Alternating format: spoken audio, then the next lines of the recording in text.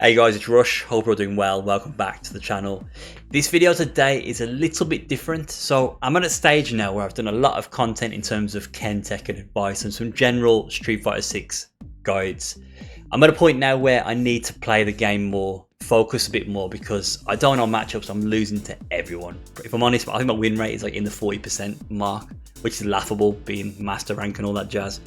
But the purpose of this video today is I'll answer some of the questions that have been raised off the back of older videos. So rather than me just replying to those questions and giving an answer, let's answer those questions together in this video. So the first question comes from Sleepy Justin 1922. If you were born in the year 1922, congrats to you on your 101st birthday. He asked about crouch immediately into OD Dragonlash, whether it's stealth nerfed, because it's only +1 on hit. OD Dragonlash is only more advantageous if they're crouching. If they're crouching and you're doing OD Dragonlash, it now makes it +4. So it will link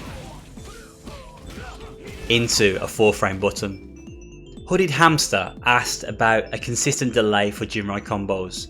I've discussed JINRAI a lot on the channel, and the bottom line is the different combo routes, and if you're going from a juggle, the different juggle heights completely change the timings of JINRAI. It makes it really hard. But my rule of thumb is, if you do OD JINRAI, you have to cancel quite quickly. With OD JINRAI, there's a marginal delay before the heavy kick follow-up. With medium kick JINRAI into heavy kick JINRAI, there is a slightly bigger delay than the OD JINRAI.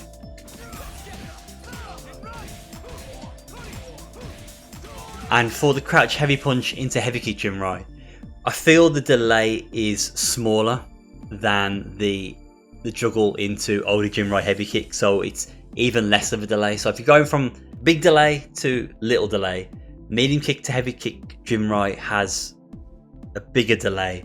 OD JINRAI to heavy kick has slightly smaller delay, and then the crouch heavy punch heavy kick JINRAI into low kick, that has an even smaller delay. So it's really hard to articulate the way the timings feel, but that's generally how you know. So Hooded Hamster, again on a roll with the questions, and I haven't answered this one, asked about which DP do I mainly use as an anti-air. So this is interesting with Street Fighter 6. So traditionally Street Fighter 5, I'd use medium punch DP because medium punch DP had air invincibility. It'd be invincible for longer in the air. At range in Street Fighter 5, I'd use heavy punch DP. Similar concept in this. Range jump-ins, I will heavy DP. Then neutral jump, I'll heavy DP. If they're jumping at me and I can clearly see they're in front of me, I will medium DP. But for all of the close range jump-ins, whether it's really close in front, cross up, ambiguous, I will always do light punch DP. And the reason for that is light punch DP has 5 frame startup in this game, whereas medium punch DP has 6 frame startup, and Ken seems to move less forward during light punch DP, and for that reason I feel it's more consistent. So that's a heavy punch DP at range. That works quite nicely. They're a bit closer, but I can see they're in front. I'll opt for medium DP. These are medium DP situations. For the close range jump-ins, the ambiguous ones, I will first try and crouch, and then I'll input light punch DP. It's really important to crouch with these close range DPs, else you will get hit. The fact that DPs whiff so much in this game is just a thing. There's no real way that you really delay them to avoid that from happening. These are all light punch DPs. So a really good question from Masculine Mindset 6509, and they asked about why OD JINRAI doesn't connect after target combo into OD Dragonlash. Really good question, and the reason for this is because it's not consistent. It's actually not a time where you would use OD Dragonlash into OD JINRAI. So I have shown before you can do OD Dragonlash in a juggle situation into OD JINRAI, but this is not one of those situations. To show you the sequence, this is the situation that Masculine Mindset is talking about. Now the only reason that second hit of the OD JINRAI connected is because I delayed it. If I don't delay it, I just mash it, see how it whiffs. Same goes for the medium follow-up, it completely whiffs. So this is not a situation where you want to do OD Dragonlash in my opinion. You're better off just doing run Dragonlash and just getting your regular follow-ups.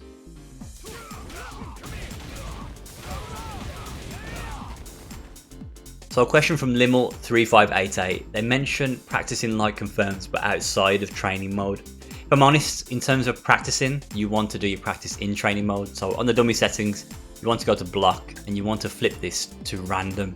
This is a good way of practicing hit confirms, particularly light confirms.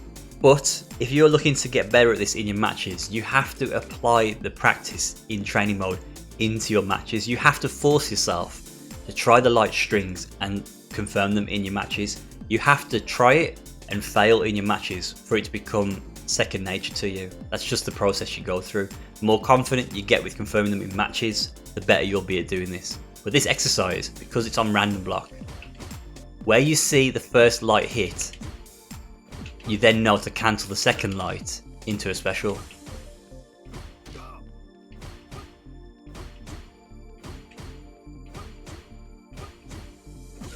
There we go. So you can see there, if the second light attack connects, you don't want to connect a DP from the second attack because you can't confirm from a single jab into Dragon Punch. So the next question comes from Howdy Doody Do 3631 and they basically asked how to do a DP from crouching. Really, how I do this is I tap down forward, down forward. That's all I do from a crouching position. And that will give me a DP if I do it quickly. So I'm holding crouch, so I'll do down forward punch. You can see it activates a DP. You just got to make sure you hold down for the entire sort of sequence. You lean into down forward and you'll get your crouching DP. So the last question comes from Cool Guy _594. I don't know if that's an area code. Let's not digress. Let's stick to the script. And Cool Guy _594, they asked, do you need to cross cut the DP for the DI combo with the run Tatsu? So it's this situation here.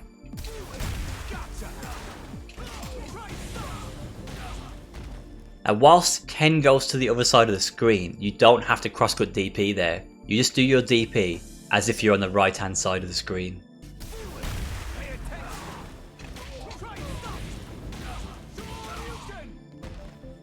But if you do this combo at this range, you will have to cross cut DP when they go in the corner.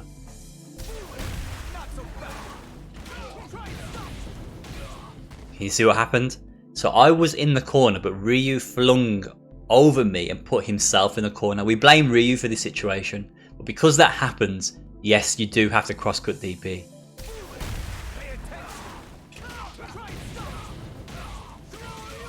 There I did a half circle input starting from the left to the right to cross cut DP. You will see the situation in other scenarios. That again requires a cross cut DP.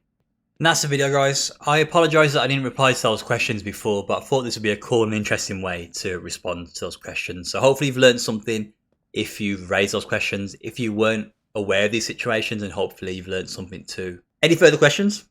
Give me a shout as always, and I'll catch you in a future video. Take care.